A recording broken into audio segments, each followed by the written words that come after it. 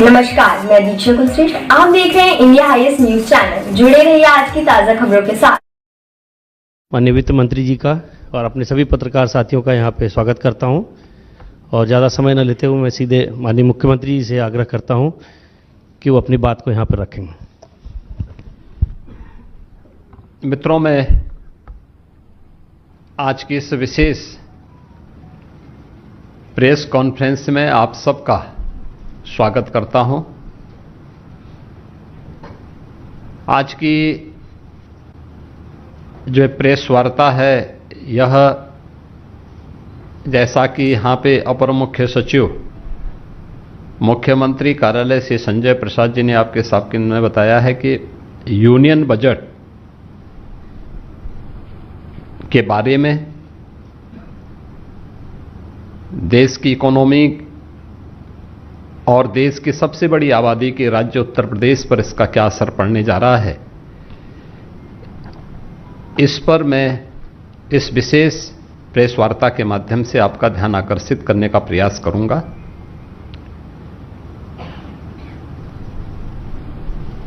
मैं सबसे पहले इस विजनरी बजट के लिए आदरणीय प्रधानमंत्री जी के प्रति आभार व्यक्त करता हूं और केंद्रीय वित्त मंत्री जी को मैं हृदय से धन्यवाद देता हूं कि पिछले 11 साढ़े 11 वर्ष के अंदर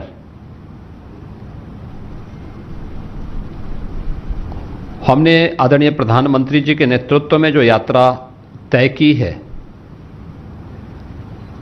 उसकी बदौलत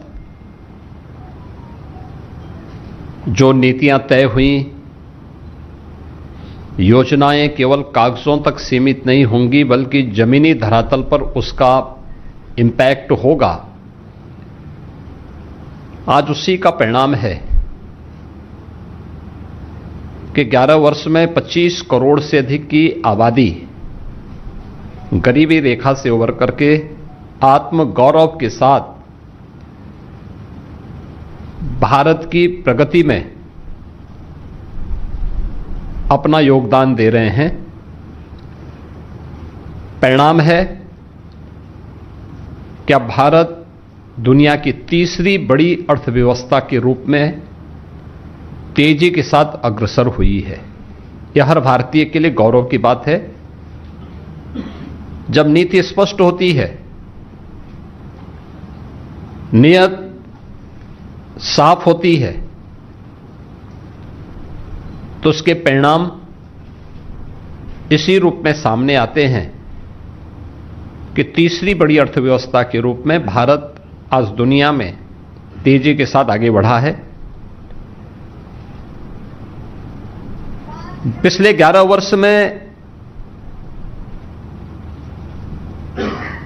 हम सब ने इस बारे में देखा है कि प्रधानमंत्री जी का हर भारतवासी के प्रति सदैव यह आग्रह रहा है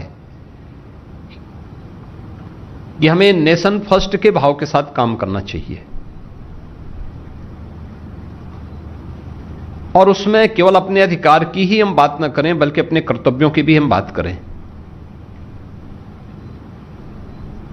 याद करें, जब 2015 में प्रधानमंत्री जी ने 26 नवंबर की तिथि को संविधान दिवस के रूप में घोषित किया था,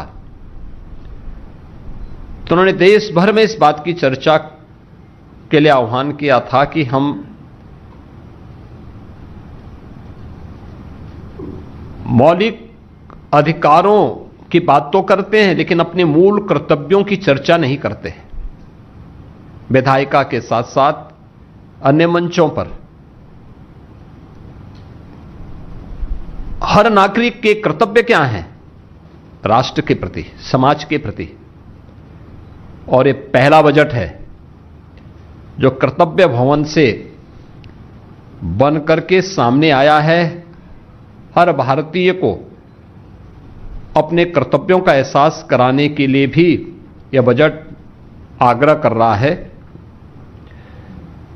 जिसमें राष्ट्र के प्रति कर्तव्यबोध और भविष्य की जिम्मेदारी भी इस बजट में हम सबके सामने दिखाई देती है। युवा शक्ति संचालित, गरीब वंचित केंद्रित विकास और समान रूप से पूरे देश के अंदर एक समावेशी विकास को ध्यान में रख करके वर्ष 2026-27 का यह बजट कल वित्त मंत्री जी ने देश की संसद में प्रस्तुत किया है। बजट में जो चीज हमें देखने को मिली है कि रिफॉर्म, ग्रोथ और फिस्कल डिसिप्लिन यह बहुत स्पष्ट रूप से हमें देखने को मिला है। यानी तीनों एक सूत्र में पिरो करके हम आज एक मजबूत भारत के निर्माण की दिशा में आने वाली पीढ़ी को जोड़ करके आगे बढ़ सकें, इसके लिए यह बजट एक सुदृढ़ नींव के रूप में काम करेगा। कल प्रस्तुत संसद में प्रस्तुत बजट इसका प्रतीक है। बजट में हर नागरिक के लिए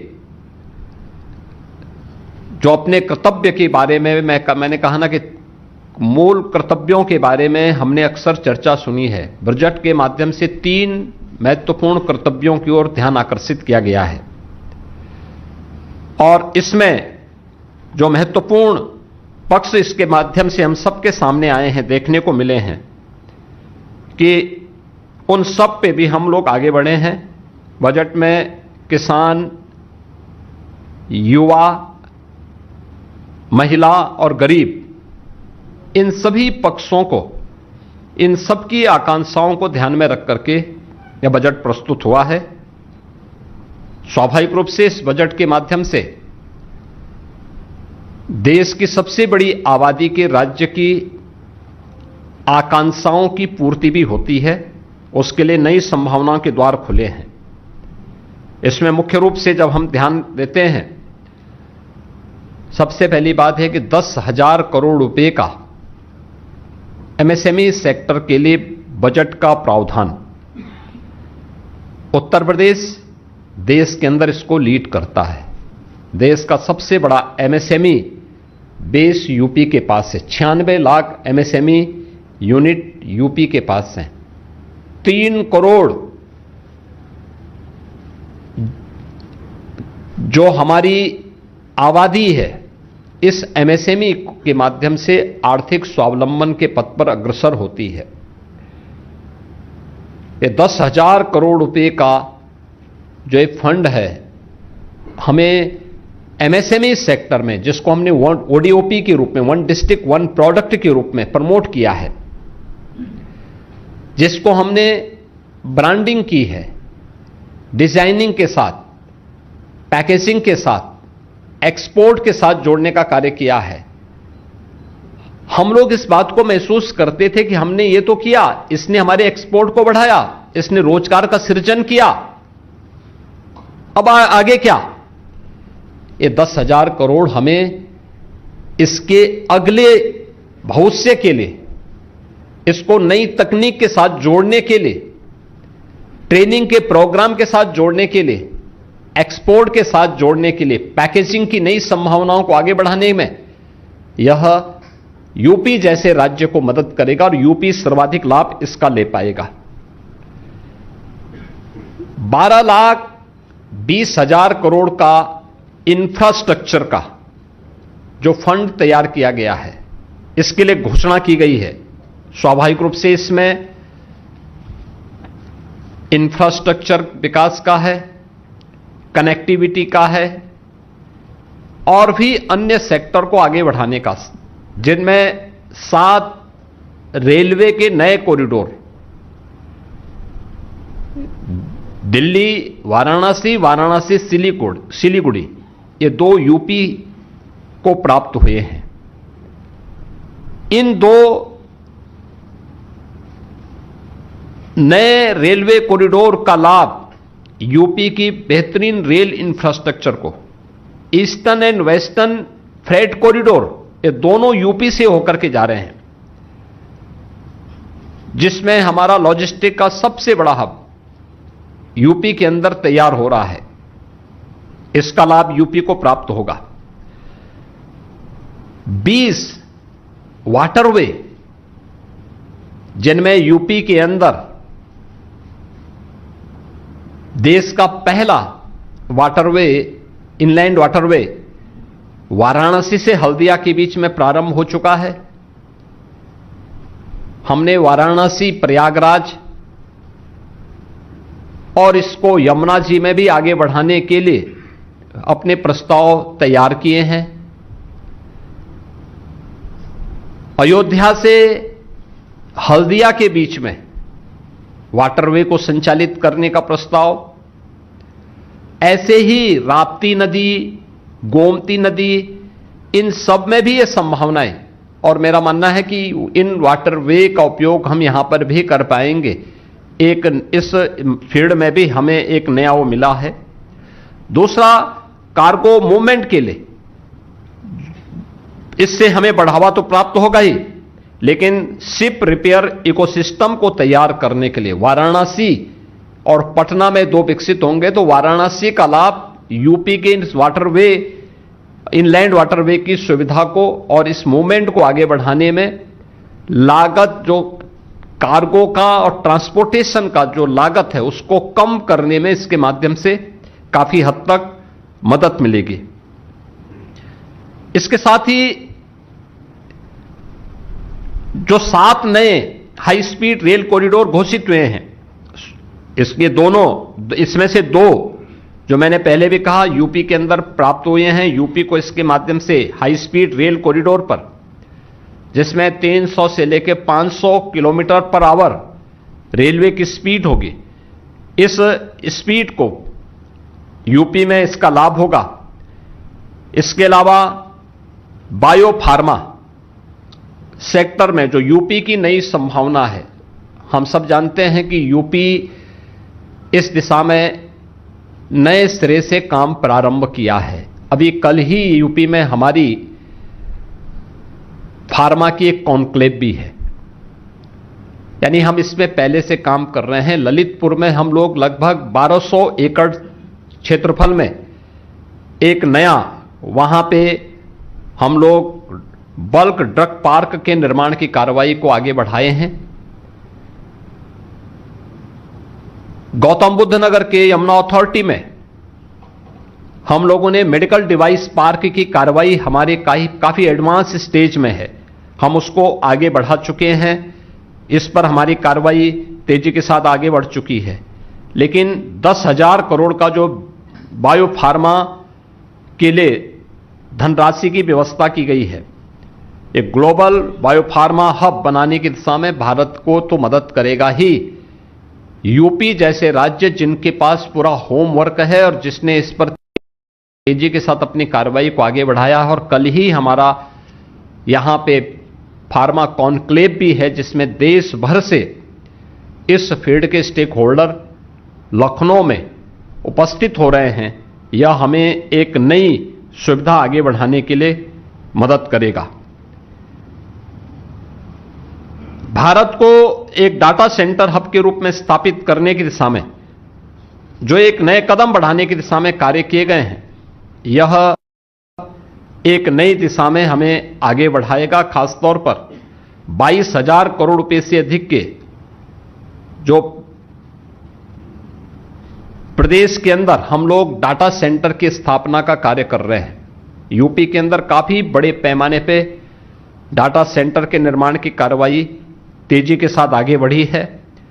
अब तक उत्तर प्रदेश ने इसमें 700 मेगावाट क्षमता के डाटा सेंटर यूपी में स्थापित किए हैं, और भारत सरकार ने इसके हब के रूप में स्थापित करने के लिए जो धनराशि आरक्षित की है, यह हमें काफी हद तक मदद करेगी। महात्मा गांधी ग्राम स्वराज योजना भी लॉन्च की गई है। आप सब जानते हैं कि देश के अंदर सबसे अधिक ग्राम पंचायतें यूपी के पास हैं। रूरल पॉपुलेशन देश के अंदर सबसे अधिक यूपी जैसे राज्य में निवास कर रही है।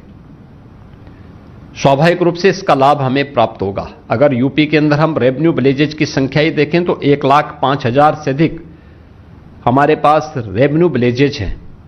स्वाभाविक रूप से महात्मा गांधी ग्राम स्वराज योजना का लाभ यूपी को प्राप्त होगा। ग्रामीण उत्पादों को ग्लोबल मार्केटिंग नेटवर्क से जोड़ने में इससे मदद मिलेगी।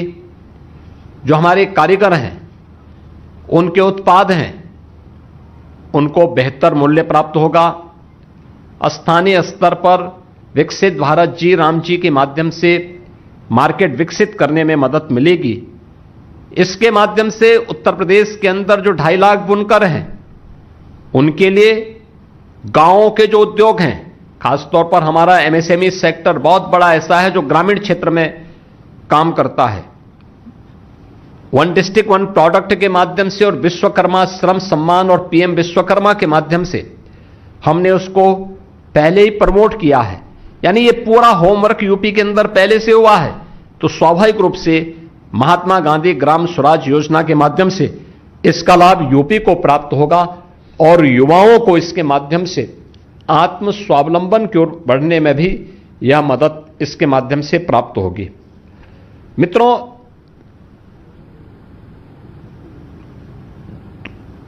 इस बजट में लॉजिस्टिक के लिए भी काफी बड़ी संभावनाएं हैं और उसके हब के रूप में गौतम बुद्ध नगर, कानपुर के साथ ही वाराणसी को, क्योंकि देश का पहला वाटरवे यह वाराणसी से हल्दिया के बीच में प्रारंभ हुआ है। तो मल्टी मॉडल लॉजिस्टिक हब के रूप में वाराणसी को डेवलप करने की कार्रवाई को इससे गति मिलेगी और हमें वहां पर इन सभी चीजों को आगे बढ़ाने में इसके माध्यम से यूपी को प्राप्त होगी। यूपी के अंदर महिला कार्यबल को पिछले 9 वर्ष के अंदर हमने तेजी के साथ आगे बढ़ाया है। यानी जो पहले 12% था, जो 36% महिला कार्यबल यूपी के अंदर अलग अलग सेक्टर में कार्य कर रही है। पिछले बजट में प्रदेश को 7 ऐसे महिलाओं के लिए, कामकाजी महिलाओं के लिए हॉस्टल उपलब्ध हुए थे और हम धन्यवाद देंगे आदरणीय प्रधानमंत्री जी को कि इस बार उन्होंने हर जनपद में कामकाजी महिलाओं के लिए हॉस्टल की घोषणा की है। यूपी के 75 जनपदों का इसका लाभ प्राप्त होगा और यहां पर यूपी के अंदर जो वुमेन वर्कफोर्स है, जिसको हमने 13%, 12%, 12-13% से बढ़ा करके 36% तक पहुंचाया है। शहरी क्षेत्र में उनके लिए छात्रावास रहने के लिए उपलब्ध हो पाएंगे, एक सुरक्षित आवासीय सुविधा उन्हें वहां पर उपलब्ध हो पाएगी। इसके अलावा छात्राओं के लिए शिक्षा में बराबर की गारंटी के लिए भी, छात्रावास के निर्माण के लिए भी एक नई गति प्राप्त होगी। मित्रों, आपने यूपी की इस स्ट्रेंथ को देखा होगा जिसमें टूरिज्म के एक नए हब के रूप में यूपी उभरा है। कल ही माघ मेले का एक चरण कल संपन्न हुआ है। माघ मेला केवल कल्पवासियों तक सीमित होता था। लाखों की संख्या में ही श्रद्धालु पूरे माघ मेले के अंदर दिखाई देते थे और इस बार आपने माघ मेले की सफलता को देखा होगा। यानी गवर्नमेंट थोड़ी भी फैसिलिटेट कर दे और सुरक्षा की बेहतर व्यवस्था कर ले, कैसे श्रद्धालु आते हैं। आपने देखा होगा पौष पूर्णिमा के दिन 1 करोड़ के आसपास श्रद्धालुओं ने स्नान किया था। मकर संक्रांति के दिन यह संख्या बढ़कर के 2.5 करोड़ तक पहुंची थी। मौनी अमावस्या के दिन यह संख्या बढ़कर के 4.5 करोड़ पार कर गई थी। बसंत पंचमी के दिन यह संख्या 3.5 करोड़ से ऊपर पहुंची थी और कल माघी पूर्णिमा को प्रयागराज में 2,10,00,000 से अधिक श्रद्धालुओं ने, कल्पवासियों ने और पूज्य संतों ने त्रिवेणी में स्नान किया। यानी ये यूपी की संभावना है। गवर्नमेंट थोड़ा भी फैसिलिटेट करे और सुविधा सुरक्षा की उचित व्यवस्था कर ले तो कैसे हर एक केंद्र टूरिस्ट डेस्टिनेशन के रूप में स्थापित हो सकता है। प्रयागराज उसका उदाहरण है, काशी उसका उदाहरण है, अयोध्या उसका उदाहरण है, मथुरा वृंदावन उसका उदाहरण है, मां विंध्यवासिनी का धाम उसका उदाहरण है, बौद्ध परिपथ इसके उदाहरण हैं और भी अन्य सेक्टर हैं जहां भी इसकी सुविधा प्राप्त हुई है। अब वह संख्या जहां लाखों थी वो करोड़ों में जा रही है, जहां हजारों में थी वो लाखों में जा रही है। हम धन्यवाद देंगे आदरणीय प्रधानमंत्री जी को और केंद्रीय वित्त मंत्री जी को कि इस बार उन्होंने 15 आर्कोलॉजिकल साइट्स को डेवलप करने के लिए बजट में प्रावधान किया है, जिसमें 2 ऐसे साइट्स यूपी के हैं जिनमें एक सारनाथ वाराणसी का और दूसरा हस्तिनापुर मेरठ का। ये भी 2 महत्वपूर्ण केंद्र जो आर्कोलॉजिकल साइट्स हैं, इनको डेवलप करने की दिशा में हमें मदद मिलेगी। इसके अलावा अन्य साइट्स जो भी इस प्रकार के होंगे जो पौराणिक हैं, ऐतिहासिक हैं, इनको उसी तर्ज पर विकसित करने की दिशा में हमें एक सहायता मिलेगी और टूरिज्म को इसके माध्यम से और गति देने के लिए हमें इसके माध्यम से एक मदद मिल पाएगी। उत्तर प्रदेश के अंदर नोएडा हो, ग्रेटर नोएडा हो, यमुना अथॉरिटी हो या यूपी के अंदर अन्य कार्य, सेमीकंडक्टर के एक नए हब के रूप में हम यूपी उभर रहा है। कल के बजट भाषण में माननीय वित्त मंत्री जी ने सेमीकंडक्टर पार्क से की जो घोषणा की है, यूपी इसका लाभ लेगा, क्योंकि देश के अंदर जिन 3 राज्यों ने अब तक इसमें अच्छा कार्य किया है उनमें से यूपी भी है। यूपी के अंदर पहले से ही कई प्रस्ताव प्राप्त हुए हैं, हमें इसके माध्यम से इसे आगे बढ़ाने में मदद मिलेगी। देश के अंदर टूरिस्ट गाइड को प्रोत्साहित करने के लिए भी जो कार्य प्रारंभ हुए हैं, 10,000 टूरिस्ट गाइड के प्रशिक्षण और उनके स्किल अप करने की दिशा में जो कार्य प्रारंभ होंगे, ये देश के अंदर अलग अलग पर्यटन केंद्रों में इसकी रैंकिंग जारी हुई है। यूपी के कई पर्यटन केंद्र इसके लिए हम लोगों ने तैयार किए हैं। स्वाभाविक रूप से युवाओं को व्यापक पैमाने पर रोजगार का सृजन इसके माध्यम से प्राप्त होगा। वैसे भी यूपी इस दिशा में एक नई स्थिति को प्राप्त कर सकता है। खासतौर पर जब हम इसकी बात करते हैं तो यूपी के अंदर इलेक्ट्रॉनिक मैन्युफैक्चरिंग की दिशा में अगर हम देखेंगे तो यूपी ने इसमें बहुत अच्छी स्थिति पैदा की है। देश के अंदर मोबाइल मैन्युफैक्चरिंग की बात जब हम करते हैं, देश का कुल प्रोडक्शन का 55% अकेले यूपी के अंदर मैन्युफैक्चर हो रहे हैं। इसके प्रोडक्शन यूपी के अंदर होते हैं। इलेक्ट्रॉनिक कंपोनेंट का 60% कंपोनेंट का मैन्युफैक्चरिंग यूपी कर रहा है। स्वाभाविक रूप से यूपी के अंदर अगर हम इलेक्ट्रॉनिक मैन्युफैक्चरिंग की बात करते हैं तो 2 लाख करोड़ का इलेक्ट्रॉनिक मैन्युफैक्चरिंग अकेले यूपी कर रहा है आज के दिन पे। तो यह इसका लाभ यूपी को प्राप्त होगा और यूपी इसमें एक नए रूप में केंद्र सरकार की इस योजना का लाभ लेने में सफल होगा। 5 लाख की आबादी के शहरों के खास इंफ्रास्ट्रक्चर के लिए भी बजट में घोषणा की गई है। हमारे पास 762 अर्बन बॉडीज हैं और इनमें से 225 हमारी अर्बन बॉडीज ऐसी हैं जिनकी आबादी 5 लाख या उसके ऊपर की है। 17 नगर निगम और बाकी जो नगर पालिकाएं हैं, इन नगर पालिकाओं की आबादी 5 लाख और उससे ऊपर की ही है। स्वाभाविक रूप से इस अर्बन इंफ्रास्ट्रक्चर का लाभ भी यूपी के शहरों को प्राप्त होगा और यहां पे हमें आधुनिक इंफ्रास्ट्रक्चर इसके माध्यम से खड़ा करने में मदद मिलेगी। डिस्ट्रिक्ट हॉस्पिटल की क्षमता को दोगुना करना, यूपी के अंदर हम 1 डिस्ट्रिक्ट 1 मेडिकल कॉलेज के लक्ष्य को प्राप्त करने की दिशा में आगे बढ़े हैं। ये डबल इंजन सरकार ने हेल्थ इंफ्रास्ट्रक्चर में पिछले 8-9 वर्षों में जो कार्य किया है उसका लाभ यूपी का नागरिक ले रहा है। डिस्ट्रिक्ट हॉस्पिटल, यह इसकी क्षमता विस्तार की मांग होती थी। स्वाभाविक रूप से 98 हमारे पास डिस्ट्रिक्ट लेवल के हॉस्पिटल हैं,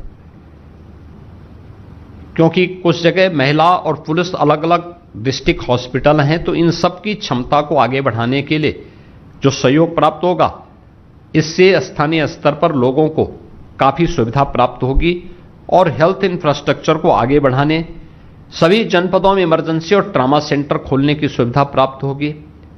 जो गोल्डन आवर है, उस गोल्डन आवर में अक्सर ट्रामा सेंटर के अभाव में बहुत सारे लोगों की जान जाती है, ये उसमें मदद करेगी और गोल्डन आवर का लाभ हम लेने में इसके माध्यम से उसके माध्यम से आम नागरिक को उसके माध्यम से मदद मिलेगी। बजट में समर्थ नाम से एक नई योजना शुरू की गई है, जिसके माध्यम से खेल उद्योग के साथ साथ खेल स्पोर्ट्स यानी स्पोर्ट्स के जो आइटम है उसके मैन्युफैक्चरिंग सेंटर को प्रोत्साहित करने के लिए भी इसकी घोषणा हुई है। यूपी में हमने 1 डिस्ट्रिक्ट 1 प्रोडक्ट में मेरठ को स्पोर्ट्स आइटम के मैन्युफैक्चरिंग के केंद्र के रूप में विकसित किया है और मुझे प्रसन्नता है कि यह बहुत तेजी के साथ आगे बढ़ा है। इसके अलावा आगरा और कानपुर ये लेदर क्लस्टर हैं हमारे, यहां पे भी स्पोर्ट्स की एक्टिविटीज के साथ ही इन चीजों को हम आगे बढ़ा रहे हैं। हमारा major Dhyan Chand sports university Meerut में हम लोग अप्रैल मई तक उसको पूरा कर देंगे, उसका सत्र प्रारंभ हो चुका है। हम लोग हर डिविजनल हेडक्वार्टर पर एक स्पोर्ट्स कॉलेज के निर्माण की दिशा में भी आगे बढ़े हैं। हमने प्राइवेट एकेडमी को भी प्रोत्साहित करने के लिए उन्हें सहयोग करने की दिशा में कदम बढ़ाए हैं। स्वाभाविक रूप से इस समर्थ नाम की जो स्कीम है, इस स्कीम का लाभ यूपी को एक बड़े स्पोर्ट्स आइटम के मैन्युफैक्चरिंग के एक हब के रूप में स्थापित करने में इससे हमें मदद मिलेगी। स्पोर्ट्स प्रोडक्ट के में आत्मनिर्भर बनाने में उत्तर प्रदेश एक बड़ी भूमिका का निर्वहन कर पाएगा और इसको हम आगे बढ़ाने में कार्य कर पाएंगे। मित्रों, अभी हाल ही में जो वित्त आयोग की रिपोर्ट आई है, तो 16वें वित्त आयोग की रिपोर्ट में केंद्र से राज्यों को मिलने वाले टैक्स में एक सबसे बड़ा हिस्सा यूपी जैसे राज्य को प्राप्त होता है। यूपी की बड़ी जनसंख्या को देखते हुए ये 17% की एक बड़ी जिम्मेदारी अब यूपी के ऊपर आई है। यूपी को स्वाभाविक रूप से इसका लाभ होगा। इसके साथ ही मेडिकल टूरिज्म के और एलाइड हेल्थ के माध्यम से यूपी को उसके मेडिकल हब के रूप में स्थापित करने, इसके माध्यम से नए रोजगार के सृजन करने, 5 all India institute of Ayurveda की स्थापना की जो घोषणा की गई है, हम लोगों ने पहले से ही यूपी के लिए, वाराणसी के लिए इसकी डिमांड पहले से ही हम लोगों ने की है और मेरा विश्वास है कि यूपी को, वाराणसी को आयुर्वेद के लिए, क्योंकि भगवान धन्वंतरी का जन्म काशी में ही हुआ था, तो काशी से इसको आगे बढ़ाने में हमें मदद मिलेगी और यूपी के अंदर पिछले 8-9 वर्षों के अंदर हेल्थ इंफ्रास्ट्रक्चर को आगे बढ़ाने में जो मदद मिली है डबल इंजन सरकार के समय में, यह यूपी को हेल्थ टूरिज्म के एक नए केंद्र के रूप में विकसित करने में भी इसके माध्यम से मदद मिलेगी। भारत विस्तार याई कृषि प्लेटफॉर्म के माध्यम से किसान को उसकी भाषा में हम कृषि के बारे में अवगत करा सकें, उससे जुड़े हुए कुछ मामले जो भी रहते हैं उसी की भाषा में वो समझ सके, वह याई कृषि प्लेटफॉर्म के माध्यम से उसको बताने में मदद मिलेगी। कृषि संबंधी योजनाओं को आगे बढ़ाने में मदद मिलेगी। सी मार्ट के रूप में सेल्फ हेल्प इंटरप्रेन्योर मार्ट, यानी महिला स्वयंसेवी समूह को लखपति दीदी से सी मार्ट, ये एक नई स्थिति है जिसमें लखपति दीदियों को सीधे इस योजना का लाभ प्राप्त होगा। उनका जो महिला स्वयंसेवी समूह के द्वारा जो प्रोडक्ट वहां पर उपलब्ध कराया गया है उसके लिए एक नया प्लेटफॉर्म वहां पर उपलब्ध होगा। यह बजट मैं मुख्य रूप से कह सकता हूं कि यह एक नए भारत का नया उत्तर प्रदेश, और नए भारत के नए उत्तर प्रदेश में आज सड़क भी है और उसकी स्पीड भी है, निवेश भी है और विश्वास भी, पहचान भी है और उस पर एक आत्म गौरव का भाव भी, शासन भी है और उसका एक निर्णायक नेतृत्व भी है। मेरा मानना है कि जो हमारे पास इंफ्रास्ट्रक्चर के लिए, एक्सप्रेसवे के लिए, रेलवे कॉरिडोर के लिए, फ्रेट कॉरिडोर के लिए, लॉजिस्टिक के लिए और सारी इंफ्रास्ट्रक्चर के लिए, हेल्थ इंफ्रास्ट्रक्चर के लिए बजट में जो कुछ भी घोषणाएं हुई इसका लाभ यूपी को प्राप्त होगा। लाखों की संख्या में यूपी के नौजवानों के लिए रोजगार की सुविधाएं प्राप्त होंगी। ये रोजगार की संभावनाएं यूपी की युवा शक्ति को यूपी के अंदर ही अपनी प्रतिभा का लाभ प्रदान करने में मदद करेगी। ये विकसित भारत के लक्ष्यों को प्राप्त करने में यूपी जैसे राज्य की बड़ी भूमिका हो सकती है। इसके माध्यम से हम सबको प्राप्त होगी और हमें विश्वास है कि इसी बजट के आधार पर हम फरवरी में उत्तर प्रदेश का बजट प्रस्तुत करेंगे। स्वाभाविक रूप से डबल इंजन सरकार के इस बजट का लाभ देश की सबसे बड़ी आबादी को प्राप्त होगा और प्रधानमंत्री जी के विजन के अनुरूप विजन 2047 आत्मनिर्भर और विकसित भारत के संकल्पों को इस बजट के माध्यम से प्राप्त करने में हमें मदद होगी। आज के इस अवसर पर मैं वर्ष 2026-27 के केंद्र सरकार के इस बजट के लिए आदरणीय प्रधानमंत्री जी के प्रति आभार व्यक्त करता हूं। केंद्रीय वित्त मंत्री जी को हृदय से धन्यवाद देता हूं और विश्वास करता हूं कि यह बजट विकसित भारत और विकसित उत्तर प्रदेश के प्रधानमंत्री जी के विजन को आगे बढ़ाने में एक निर्णायक भूमिका का निर्वहन करेगा। धन्यवाद जी।